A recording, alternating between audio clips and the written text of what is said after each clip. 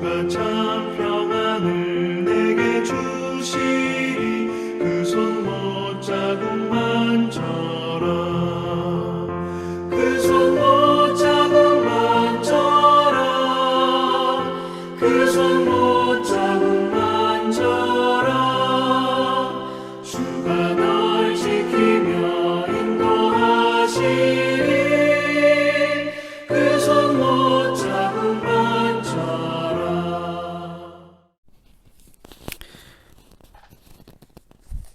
10월 4일 화요일 새벽입니다. 오늘 같이 기도하실 말씀은 사무엘하 11장 1절에서 13절까지 말씀입니다. 그 중에 1절 말씀 읽어드립니다. 그 해가 돌아와 왕들이 출전할 때가 되매 다윗이 요압과 그에게 있는 그의 부하들과 온 이스라엘 군대를 보내니 그들이 암몬 자손을 멸하고 라빠를 에워쌌고 다윗은 예루살렘에 그대로 있더라. 성경에 나오는 인물 중에 가장 예수님을 잘 보여주고 또 예수님과 닮은 사람, 우리들의 영적인 모델이고 또 유대인들이 성군이라 이렇게 부르는 사람은 다윗 왕이라 할 수 있겠습니다. 다윗 왕은 많은 사람들에게 이렇게 모델이 되고 귀감이 되어서 그 데이빗이라고 하는 이름도 많은 사람들이 현재도 사용을 하고 있을 정도이지요. 하나님도 다윗에 대해서는 하나님 마음에 합한 사람이라고까지 칭찬할 정도로 다윗은 사람과 하나님에게 참 괜찮은 사람이죠. 은총을 베풀고 사랑이 흘러가는 통로, 하나님을 보여주는 사람, 상당히 성공한 인생, 하나님 마음에 합한 사람이었습니다. 그런데 오늘 나오는 말씀 중에는 다윗의 일생에서 없었으면 좋을 법한 그런 내용이 등장하고 있지요. 다윗이 행한 일이 여호와 보시기에 악하다 할 정도로 그런 다윗의 실수, 다윗의 범죄, 해서는 안 될 일, 이런 것에 대한 말씀이 있습니다. 아무리 좋은 사람, 하나님 마음에 합한 사람, 또 거룩한 사람, 영적인 모델 같은 사람, 예수님을 가장 닮은 사람이라 할지라도 인간의 연약함 때문에 죄악이 있고 악한 꾀가 있고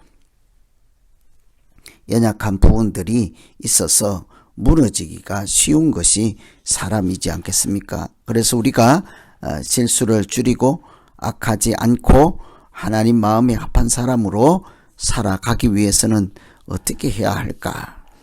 첫 번째는 오늘 말씀을 견주어서 볼 때 항상 깨어 있어야 한다. 자기가 스스로 깨어 있기 위해서 이렇게 모든 수단과 또 모든 정신을 집중해야 하겠죠. 오늘 1절 말씀 읽어드린 것처럼 그 해가 돌아왔다. 그러니까 새해가 되고 할 때 왕들이 출전을 할 때가 됐다. 그래서 다윗이 요압과 부하들을 군대를 보냈지요. 전쟁에서 가서 싸우라고 보냈습니다. 그런데 참 특이한 말씀이 붙어 있죠. 다윗은 예루살렘에 있더라. 새해가 되었다 하는 것은 봄에 보통 전쟁을 해서 다른 나라를 침공해서 땅을 빼앗든지 곡식을 빼앗든지 그렇게 자기 나라의 유익을 챙기기 위해서 군대를 보내는 때가 봄이라고 합니다. 그래서 봄에 장군들을 보내고 군대를 보냈죠. 그런데 아주 특이한 표현은 다윗은 그대로 있더라예요. 궁궐에 그대로 있더라. 예전 같으면 다윗이 가장 앞장서서 나를 따르라 하고 맨 앞에 전쟁터에 나갔을 것입니다. 그런데 이제는 전쟁 군인들은 가서 싸우되 자기는 왕궁에 그대로 있더라. 이것이 그 백성들과 함께 하지 못하고 전쟁에 나아가서 함께 나라를 위해서 싸우지 못하는 이제 평안이 주는 나태함, 또 평화, 또 안락함이 주는 게으름, 이런 것에 초심을 잃어버린 상태라 할 수 있겠죠. 그래서 우리가 항상 처음 마음을 그대로 갖고 또 하나님 마음에 기뻐할 만한 사람, 또 하나님이 사용하시는 은혜의 통로가 되고자 할 때, 그래서 꼭 기억해야 하는 것은 깨어있는 것입니다. 영적으로 죽어 있지 않고 영적으로 게으르지 않고 안일한 상태에 있지 않는 그런 것을 깨어있는 것이라 할 수 있지 않겠어요? 악인의 꾀를 따르지 않도록 정신을 차리고 주의 길에 서지 않도록 오만한 자의 자리에 앉지 않도록 날마다 말씀으로 자기를 살피고 돌아봐야 하지 않겠습니까? 그래야만 초심을 회복하고 처음 마음 그대로 하나님 앞에서 살아갈 수 있기 때문이죠. 그래서 오늘 우리가 처음으로 기도할 것은 영적인 감각이 무디어지지 않도록 선줄 알면 넘어질까 조심하며 하나님을 늘 찾고 은혜를 구하며 깨어있게 하여 주시옵소서. 백성들이 전쟁에서 싸울 때 한가롭게 거닐거나 앉아있지 않게 하시고 그대로 있지 않게 하시고 앞장서서 그들의 그 나라를 사랑하는 마음과 또 목숨을 바치며 싸우는 그 전쟁에 같이 동참하고 나라를 지키고 나라를 세워갈 만한 깨어있음, 영적으로 잠자지 않도록 하나님 나를 도와주시옵소서. 이렇게 기도하시면 되겠습니다. 두 번째는 권위를 잘 사용해야 우리가 악한 길에 들어있지 않고 영적으로 하나님이 기뻐하시고 하나님 마음에 합한 사람으로 여전히 살아갈 수가 있습니다. 3절에 보시면 다윗이 사람을 보내 그 여인을 알아보게 하였다고요. 4절에 보면 다윗이 전령을 보내 그 여자를 자기에게로 데려오게 했다 그래요.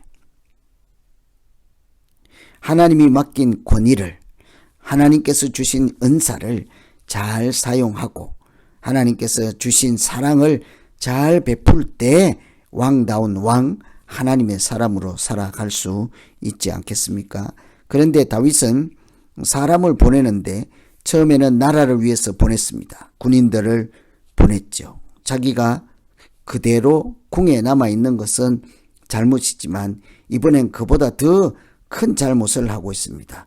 사람을 보내서 나라를 위해서 싸우라고 보내는 것이 아니라 이제는 여자를 알아보라 하였습니다. 저 사람을 알아보라고 하였습니다. 또 다시 4절에 새로운 사람들을 보냈습니다.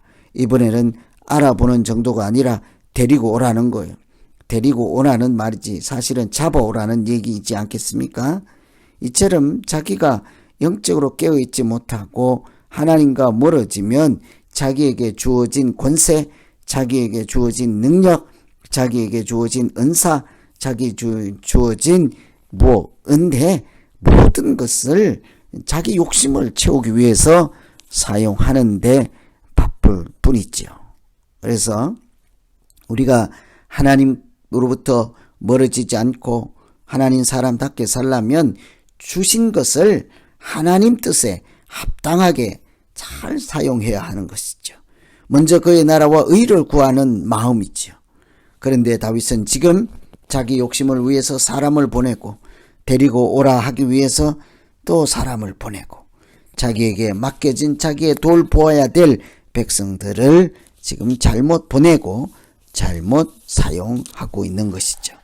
잘못 지도하고 잘못 인도하고 있는 것을 볼 수가 있습니다. 그래서 우리가 하나님의 사람답게 살기 위해서는 주신 것을 감사할 줄도 알아야 되지만 주신 것을 잘 사용하는 지혜가 있어야 하겠습니다.